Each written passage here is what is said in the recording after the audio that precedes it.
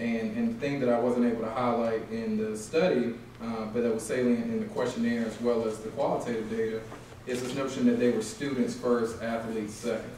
So when we're talking about building institutions that equip students, including student athletes, for success after college, we have to examine what are these social processes. Because if you just look at the mission statements, you know, on paper, many institutions sound as though they're fulfilling these responsibilities, but on the meso level, so the macro level is the institution, and the micro level, or the meso level is the policies, the micro level would be the individuals, so their experiences.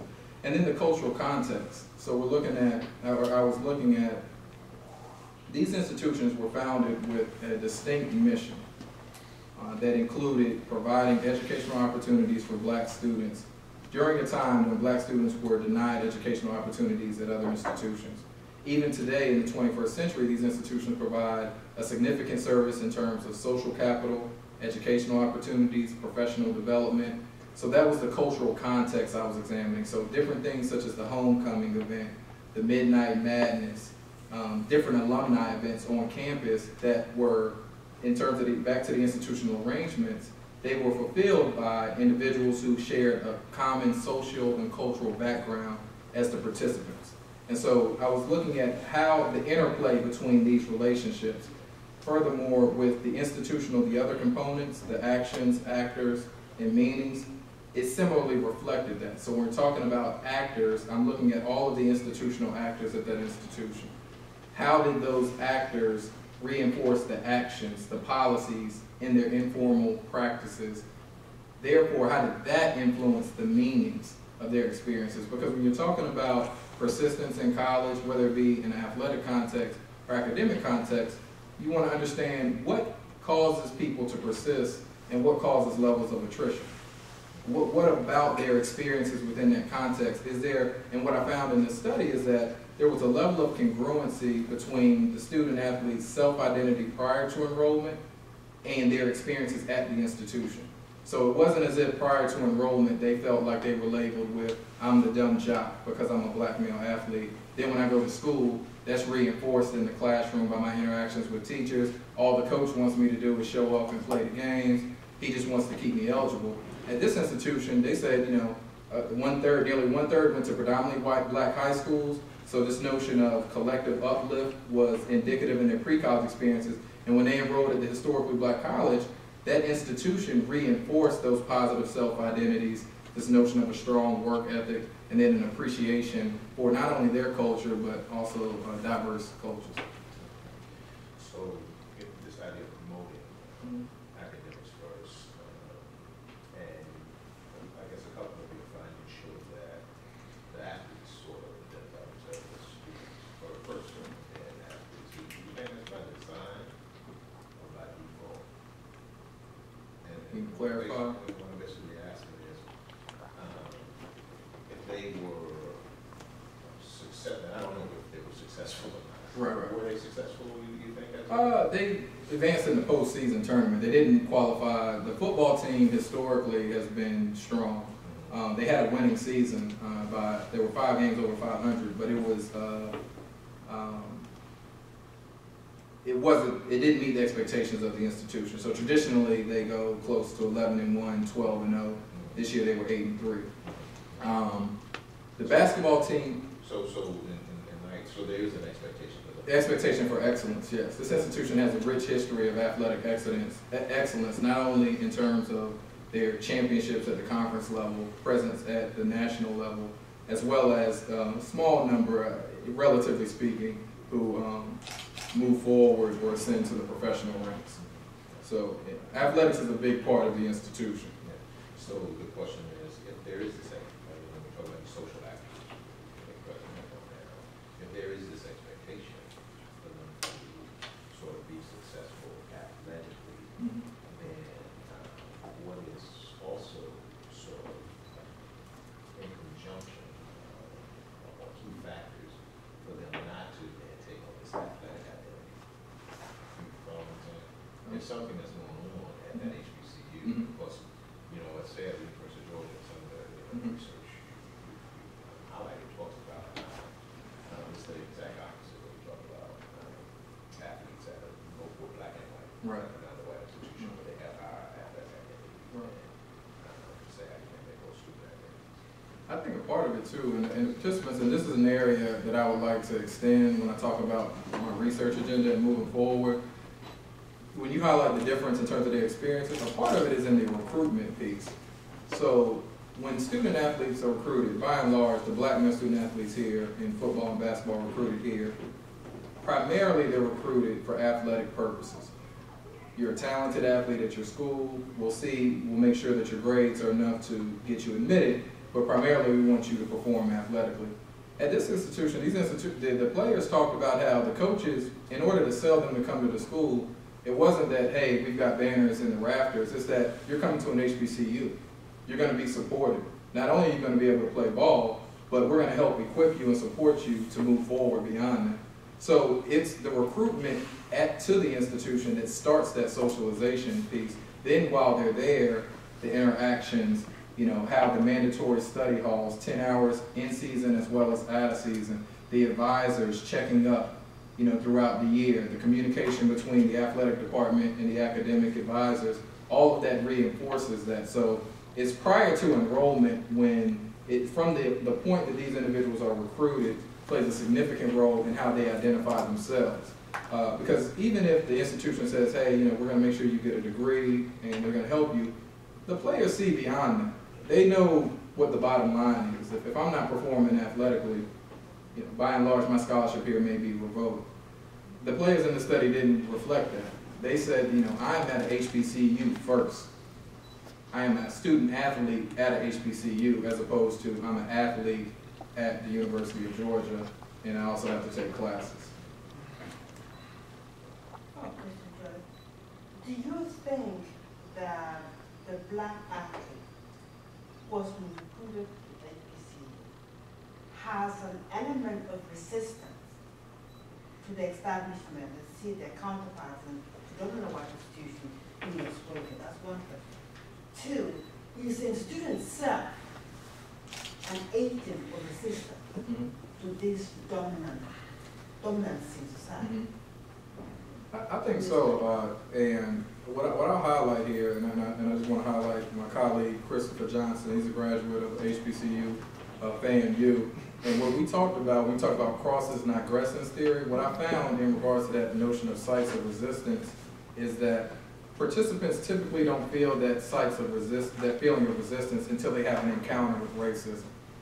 So the student athletes who went to a predominantly white institution and transferred, their comments about the fact that at the predominantly historically black college and university that they're a part of something greater was either created based on that negative experience with racism or it was magnified because of that experience with racism. So when you're talking about a pre-counting experience, being of a minority race in the United States, you identify, you observe, you see in mass media outlets, you see in the educational curriculum, you see all around you these stereotypes and these images, either a lack of representation of what you look like or a misrepresentation or overemphasis of some representations of a component of a society. And so, but when they have that encounter, that's when they say, hey, I need to be more invested in my own. I need to be somewhere where I'm supported. So that in that case, it is typically, I didn't identify it initially, but in the interviews, when they talked about their experiences in a predominantly white setting, even the student athletes who didn't attend a predominantly white school, their perceptions of the white setting, saying that, hey, if you wouldn't have this support if you went to this school. And I'd probe and say, well, have you attended a white school? No, I'm just saying, I don't think you would have it. It's something that was reinforced. And then just the impetus of HBCUs, just their existence today in society is a site of resistance, right? You've got a significant group of people who feel that HBCUs do not serve a purpose, that they're a current form of segregation, that the graduation rates are low, the lack of infrastructure, financial issues. But then when you look at these studies, and then when you go back to the mission of the institution, all right, so when you're comparing institutions that are providing educational opportunities for students with various pre-college backgrounds to institutions that have, and there are some historically black colleges and universities, actually several, that have strict admission standards. And so the admission standards that will be comparable to some of our elite institutions in the United States. And those institutions are elite institutions in the United States, namely Howard University. These institutions are serving a unique purpose. And so talking about that they serve no purpose is contrary to not only the experiences highlighted in the study, but also in other literature in terms of what historically black universities are accomplishing. And so when you're talking about measuring success, you have to reevaluate how do you define success. The fact that these institutions graduate nearly 1/5 of black students is a site of resistance in the country throughout the educational pipeline has issues with racial achievement. There's a racial academic achievement gap. The fact that 50% of the graduates of HBCUs go on to pursue graduate degrees, and there are studies that indicate individuals with bachelor's degrees and higher degrees are more likely to earn higher wages and incomes, that's a site of resistance, given that in the dominant culture, the educational system isn't designed to be sensitive and cognitive to the unique needs of black students. And that's the incorporation of black history in the curriculum. That's the critical mass of black professors and administrative staff, because when you have individuals from those backgrounds and those positions, it reflects that that's what you value.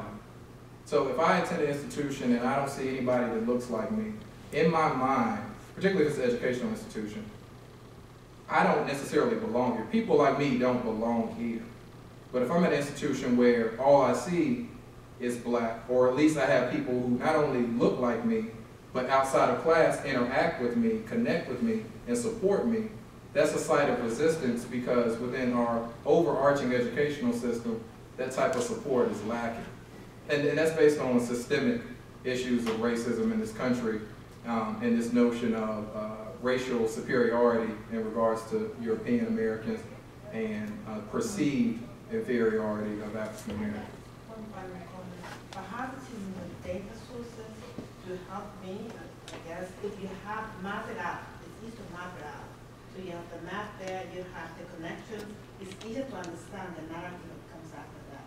Then you can see what we're talking about. What is the impact or the value added? You can see that clearly when you draw an arrow and see the value added. It's really clear. It's really helpful.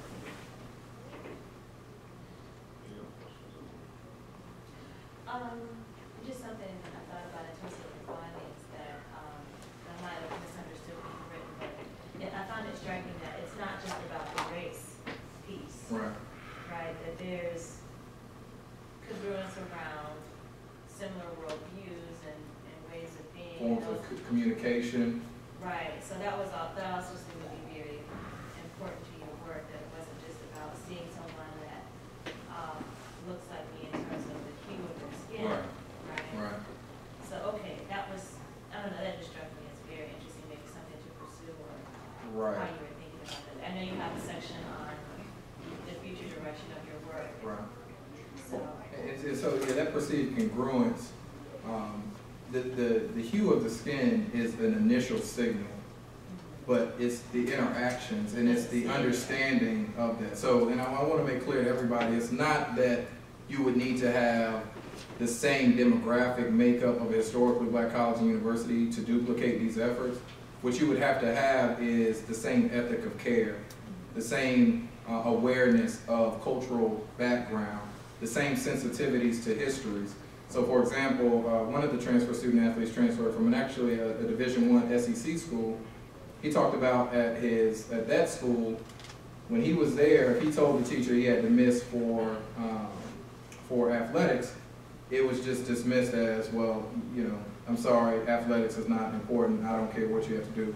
At the HBCU, the teacher said, okay, I understand you're involved in athletics, you have a commitment to the institution, I'll provide an opportunity for you to submit the assignment in an alternative form, whether it be an extra day. Once again, it's the signaling of that message that you being an athlete, I'm not dismissing that, I'm actually commending you for that. So a key finding that has a lot to do with this idea of cultural competence. Right. I'm going to open up for questions.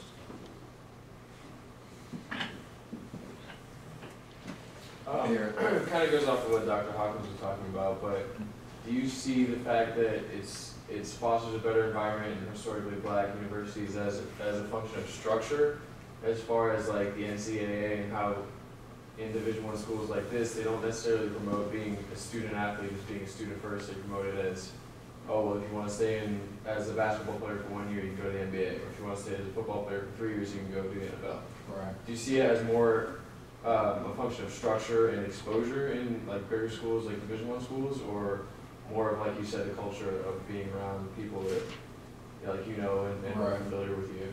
I think it's a combination of both, and that's a great question, Derek. Structure-wise, and you have to make a clear delineation between Division I institutions, because when you're talking about Division I, for example, John Calipari, the head coach of the Kentucky men's basketball team, his salary is $5.74 million. He's the highest paid employee at the University of Kentucky. At Division I, this idea of sports as an entertainment and as a professional, a semi-professional league, is reflective in their practices.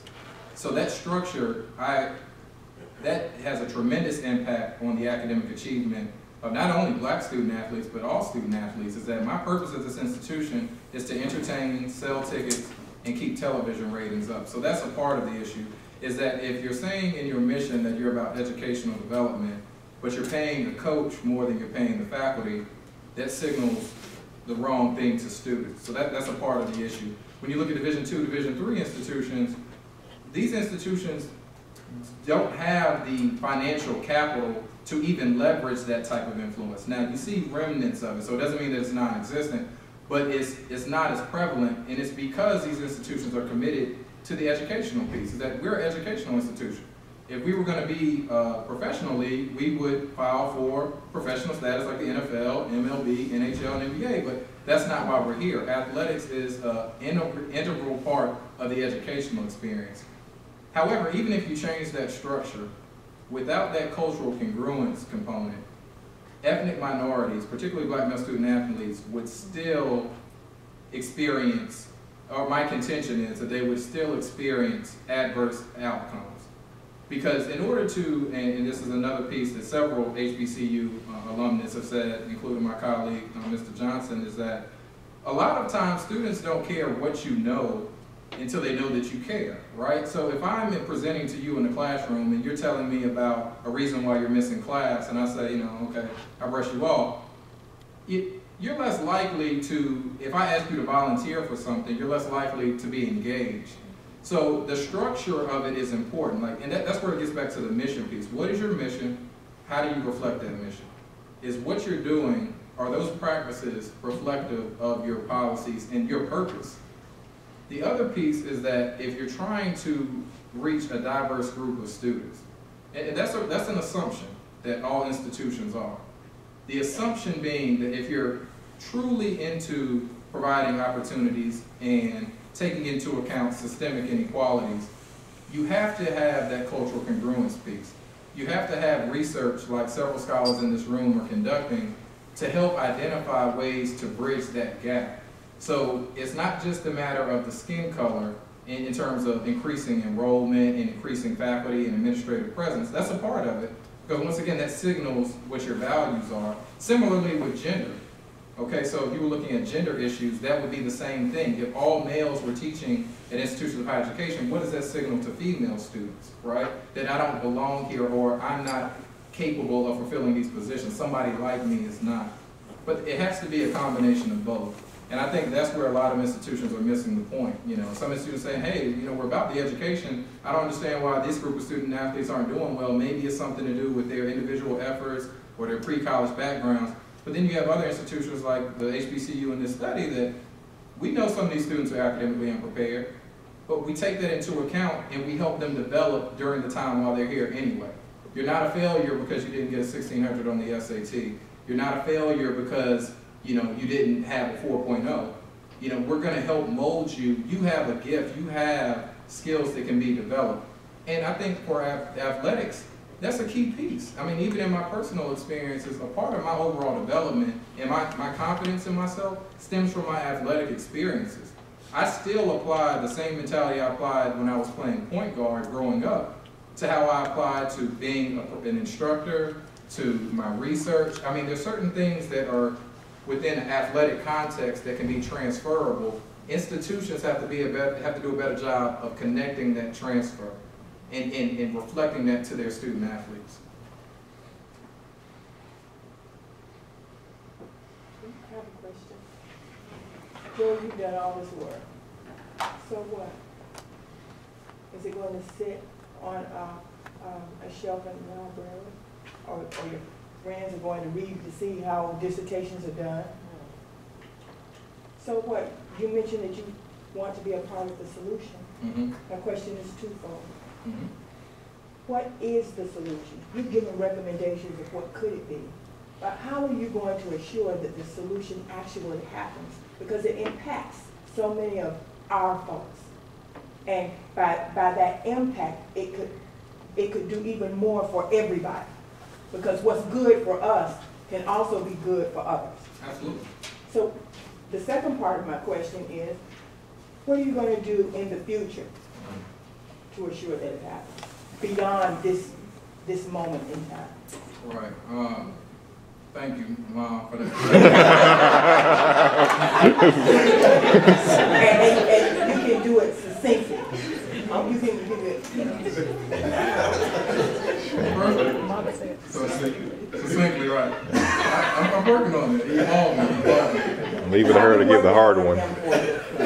Honestly, I'd like to know the answer to that question. Put it simplistically, just continuing to be about the struggle. And a part of that struggle is from a research standpoint. Another part of it, and I talk with my colleague Ashley Baker about all the time, is from a practitioner standpoint, creating programs and services which reflect these values. So one thing that I would like to create and implement at the college level, Dr. C.K. Harrison, he's a professor at the University of Central Florida. He has a program called Scholar Baller, which reflects this idea that pop culture, athletics, and academics, it's this notion of making it cool. I'd like to build on that and create this program I've got called the New Athletic Model. Because so many black males are attracted to athletics, there's a reason why black males excel in athletics. If you were to look at it from a sociological standpoint, if an alien from another country or another planet came and looked at it and said, what is it about this context? Like, they seem to exhibit confidence, they're excelling, what's going on? You've got a social expectation, you've got a cultural internalization in terms of the value of that, and you've got support, right? So you've got athletes, you've got companies like Nike, you've got institutions like UGA that will invest a significant amount of money in a talented black athlete. But when it comes to identifying talented black students, those things they pale in comparison. So the New Athletic Model would include 7 holistic development principles. The first one would be personal development.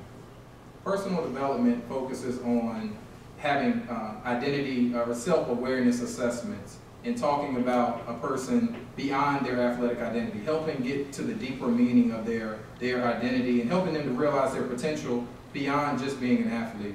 The second one, and once again, in that 500-page document, there's more detail, but I'm being succinct. Social harmony is the second one. So this notion of having an appreciation for diversity, that has to do with studying abroad, that has to do with traveling and having exposure to different venues. And institutions can sponsor this not only within the athletic department. I mean, once again, we're talking about some schools that pay up to $5 million for a coach. You could sponsor a program like this to provide these opportunities for student athletes. The third one is engagement with a strong support system. So all individuals, regardless of their family background, have support systems in place. The strength of those support systems may vary, but there are people in their lives that advocate on their behalf, whether visibly or less visibly. The third one is academic achievement.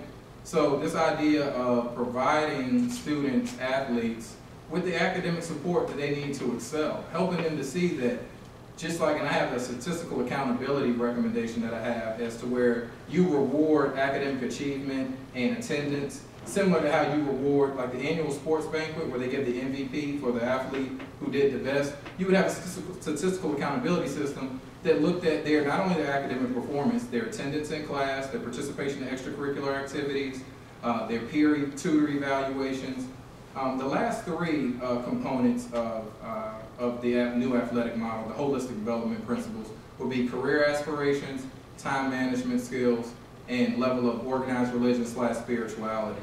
I'm aware of the establishment clause, and so the idea that organized religion and spirituality, it wouldn't be the coercion of a particular religion or a level of spirituality. It would simply present athletes with information, particularly within the African American culture. The church has been a cornerstone of our existence in this country and our persistence, highlighting how having that healthy spiritual life can contribute to their development. So a program, my goal would be to implement this program at an institution of higher education, to perfect it as much as possible, and to develop a model that can be transferable at institutions across the country, with the understanding that it's not the program itself that's the magic, it's the people that enact the program. A lot of institutions have well-intended individuals, and I don't think the NCAA or any of these coaches are innately evil. I think a lot of times when we have these discussions about athletics and academics, we tend to demonize a particular group of people. It's not about that. It's about, what is your mission? Do you care about these individuals? And your actions should reflect that. If you care, then you'll have programs like the new athletic model in place, and you'll have individuals who are committed to those values, because those values are important to them as well. But when you have that incongruence, what you have is, as the literature review suggests, and as the observed reality suggests, is this widespread academic underperformance across the country.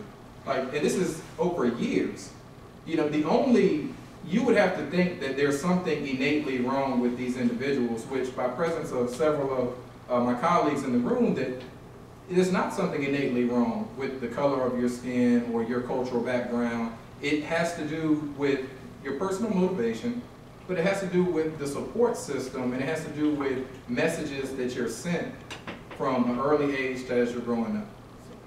Sorry, I wasn't succinct. I get passionate, Mom. I know, that's what I was saying. If I hear you, you're very passionate about it. I have a question. Earlier you were speaking about some of the negative stereotypes that continue to perpetuate amongst black male athletes. One of the stereotypes, I guess, is often pertaining to athletes in particular, black male athletes, is that they tend to take lightweight majors, such as communication, communication, general education, as opposed to say biology or chemistry. Did your research cover any of this? That's a good question, Ferris.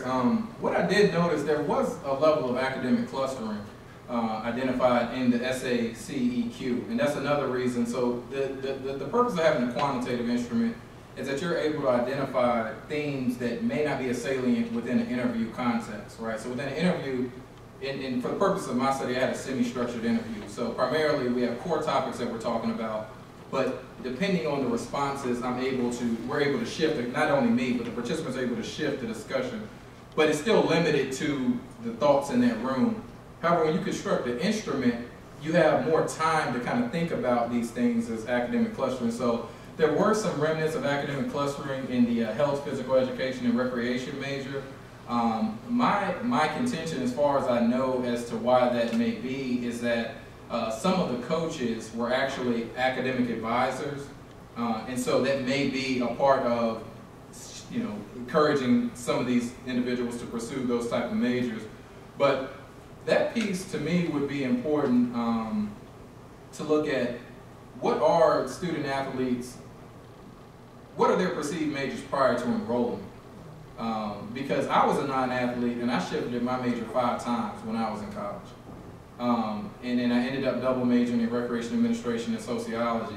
And what would be more important to see is, why did they shift their majors? Because the assumption is that a coach told them to do it, an academic advisor pointed them in that direction, or a professor. But that's something that would require deeper investigation. It was outside the scope of this study. What I will say is that there were some data that suggests that there was a level of academic clustering, but it also should be viewed cautionally and with caution. For one, because of the sample size, but two, because these guys were athletes, they may have an inherent interest in athletics and physical education, right? So they may want to be athletic trainers and may want to be in administration in athletic context. So to view that, it would involve a more in-depth analysis, not only quantitatively, but qualitatively.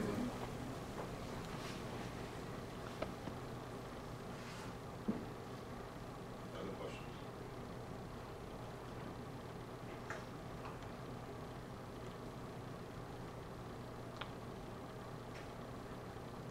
If there are none, I'm going to ask the guests, if they don't mind, to wait out in the hall up in the center. Yeah,